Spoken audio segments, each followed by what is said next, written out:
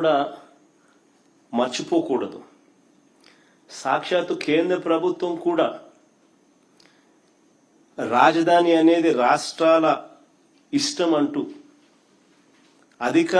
అధికారికంగా వీళ్ళు మన ఏపీ హైకోర్టులో కౌంటర్ అఫిడవిట్ కూడా దాఖలు చేసినారు.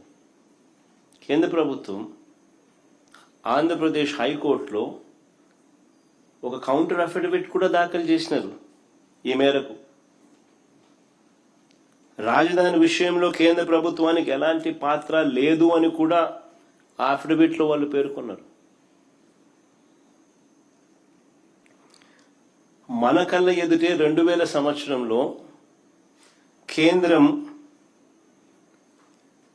కొత్తగా 2000 సంవత్సరంలో ఉత్తరాఖండ్, జార్ఖండ్, ఛత్తీస్గఢ్ రాష్ట్రాలను కేంద్రము తీసుకొచ్చింది. మన కళ్ళ ముందునే 2000 సంవత్సరంలో ఆ రాష్ట్రాలకు రాజధానులు ఎలా వచ్చాయి? కేంద్రం ఏదైనా డిసైడ్ చేసిందా? కేంద్రం నిర్ణయించలేదే. ఆయా రాష్ట్రాలు వాళ్ళు నిర్ణయించుకున్నారు. మరి ఎవరికి వర్తించింది? కేవలం మనకు మాత్రమే ఎందుకు వర్తిస్తా ఉంది? ఎలా వర్తిస్తా ఉంది?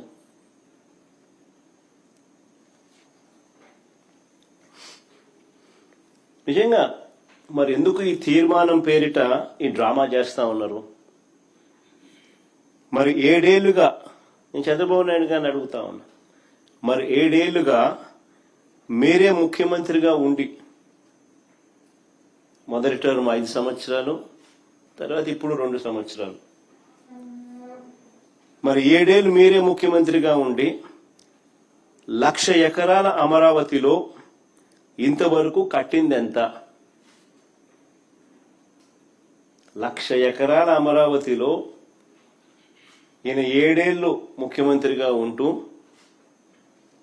అమరావతి అనేది తన పెట్ ప్రాజెక్ట్ అంటూ తాను నినాదమిస్తూ తాను ఇంతవరకు కట్టింది ఎంత? నిజంగా సెల్ఫ్ ఫైనాన్స్ ప్రాజెక్ట్ అయిందా ఇది? నిజంగా అమరావతి అని సెల్ఫ్ ఫైనాన్సా? ఈయన డబ్బా కొట్టినట్టుగా ఏ దేశం పోతే ఆ దేశం బొమ్మలు ఈయన చూపిస్తాడు. ఏ దేశం ఈయన పోయినా ఆ దేశం బొమ్మలు చూపిస్తాడు. చూపించి అదిగో ఇదే అమరావతి అని అంటాడు. మరి ఎంతవరకు వచ్చిందని అడుగుతా ఉన్నా. ఆ దేశాలు ఇక్కడ ఏమైనా కనపడుతున్నాయా? కనీసం భూములు ఇచ్చిన రైతులకు చెప్పిన హామీలైనా నెరవేర్చాడా ఈ పెద్ద మనిషి? మొదట తీసుకున్న 50,000 ఎకరాల్లో, వెరీ ఇంపార్టెంట్ ఇది, మొదట తీసుకున్న 50,000 ఎకరాల్లోనే రోడ్లు, కేవలం రోడ్లు, కరెంటు, డ్రైనేజ్ అంటే సీవరేజ్, వాటర్, వీటి కల్పనకి అయ్యే ఖర్చు చంద్రబాబు నాయుడు గారి స్వయాన లెక్కల ప్రకారమే, ఈయనే కేంద్ర ప్రభుత్వానికి ఇచ్చిన లెక్కలు, ఈయనే వివిధ బ్యాంకులకు ఇచ్చిన లెక్కల ప్రకారమే ఎకరాకు 2 కోట్లు అవుతుంది అని చెప్పాడు. అంటే 50,000 ఎకరాలకు అయ్యే 1,00,000 కోట్లకే దిక్కు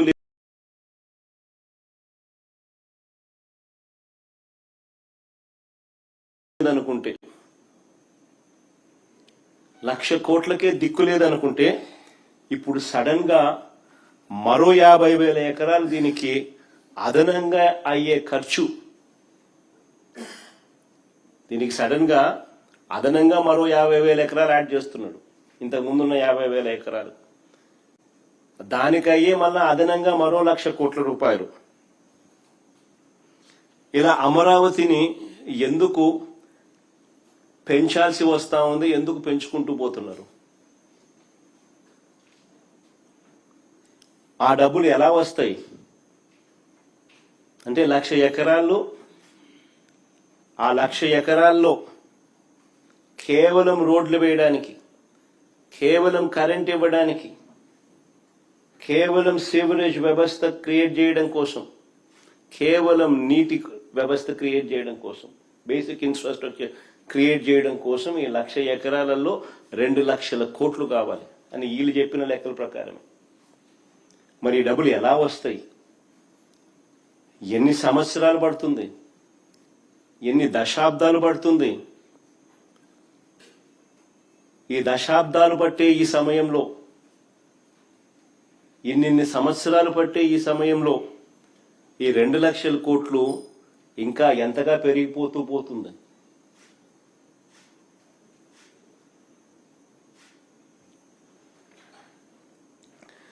రెండు 2019కు ముందు ఈయనే స్వయంగా చేసిన మాస్టర్ ప్లాన్. 2019కు ముందు 50,000 ఎకరాలకు సంబంధించి బ్రహ్మాండమైన వరల్డ్ క్లాస్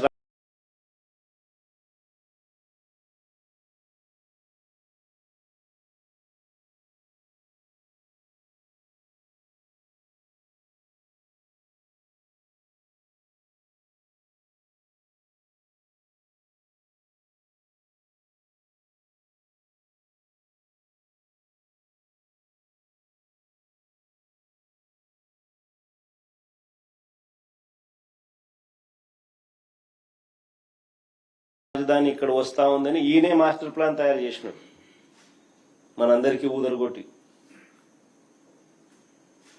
బాహుబలి సెట్టింగ్లన్నీ చూపించి. మరి 2019కు ముందు ఈయనే స్వయంగా చేసిన మాస్టర్ ప్లాన్ ను సడన్ గా ఈయనే ఎందుకు మారుస్తున్నాడు?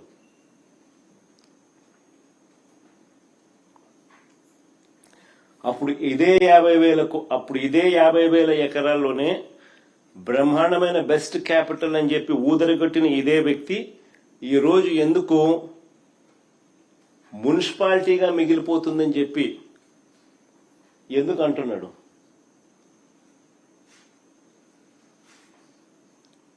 ఆ మాట అని ఇంకొక 50,000 ఎకరాలు కావాలంటున్నాడు. మరి ఇంతకు ముందు 50,000 ఎకరాలతోనే వరల్డ్ క్లాస్ సిటీ అని చెప్పిన వ్యక్తి ఈరోజు ఏమంటున్నాడు? ఆ 50,000 ఎకరాలే అంటే ఇది మున్సిపాలిటీగానే మిగిలిపోతుంది, అందుకని ఇంకొక 50,000 ఎకరాలు కావాలంటున్నాడు. అని ఎందుకు అంటా ఉన్నాడు? ఎక్కడా లేని విధంగా కాస్ట్ పర్ ఎస్ఎఫ్టీ అడుక్కు అయ్యే ఖర్చు ఏకంగా 11,000 నుంచి 14,000 అవుతా ఉంది. కాస్ట్ పర్ ఎస్ఎఫ్టీ ఎక్కడా చూడని విధంగా, ఎక్కడా లేని విధంగా అడుక్కయ్యే ఖర్చు 11,000 నుంచి 14,000 దాకా ఎందుకు అవుతా ఉంది? ఏ స్కాముల వల్ల ఇది ఎగబాకుతా ఉంది అన్న వీటికి సమాధానం ఎక్కడైనా అసెంబ్లీలో చెప్పాడా? 5:30 గంట అసెంబ్లీలో ఇటువంటి ప్రశ్నలకు ఏదైనా సమాధానం చెప్పాడా?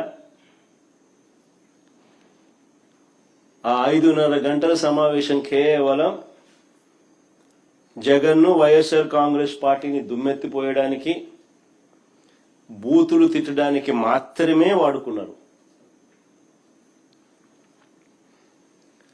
రాజధాని పేరిట పట్టపగలు తాను చేస్తా ఉన్న దోపిడీ నుంచి ప్రజలను డైవర్ట్ చేసేందుకు ఈ డ్రామాకు తెరలేపాడు.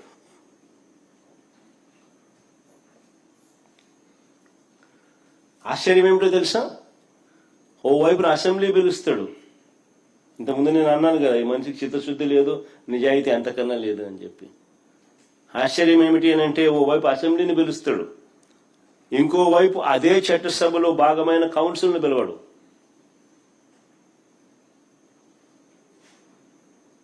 ఇంకోవైపు అదే చట్టసభలో భాగమైన కౌన్సిల్ను పిలవడు. ఎందుకు? కౌన్సిల్ని పిలిస్తే రాజధాని పేరిట చంద్రబాబు చేస్తా ఉన్న అవినీతి బాగోతాన్ని కౌన్సిల్లో సభ్యులు బయట పెడతారని.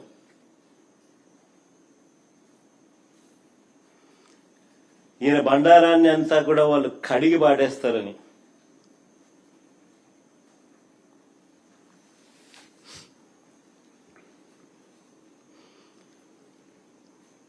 ఆశ్చర్యం కలిగించే విషయాలు ఇవన్నీ. ఈయన అంటాడు, భవిష్యత్తులో కూడా రాజధానిని ఎవరు మార్చకుండా చట్టం తెస్తున్నామని చంద్రబాబు నాయుడు చెప్తా ఉన్నాడు.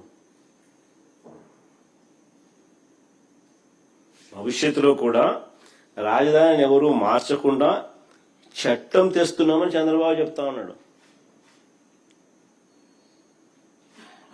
ఇలా అసెంబ్లీలో వీళ్ళు చేయగలేంది మళ్ళీ అదే అసెంబ్లీలో మళ్ళీ దాని మార్పులు చేయలేరా?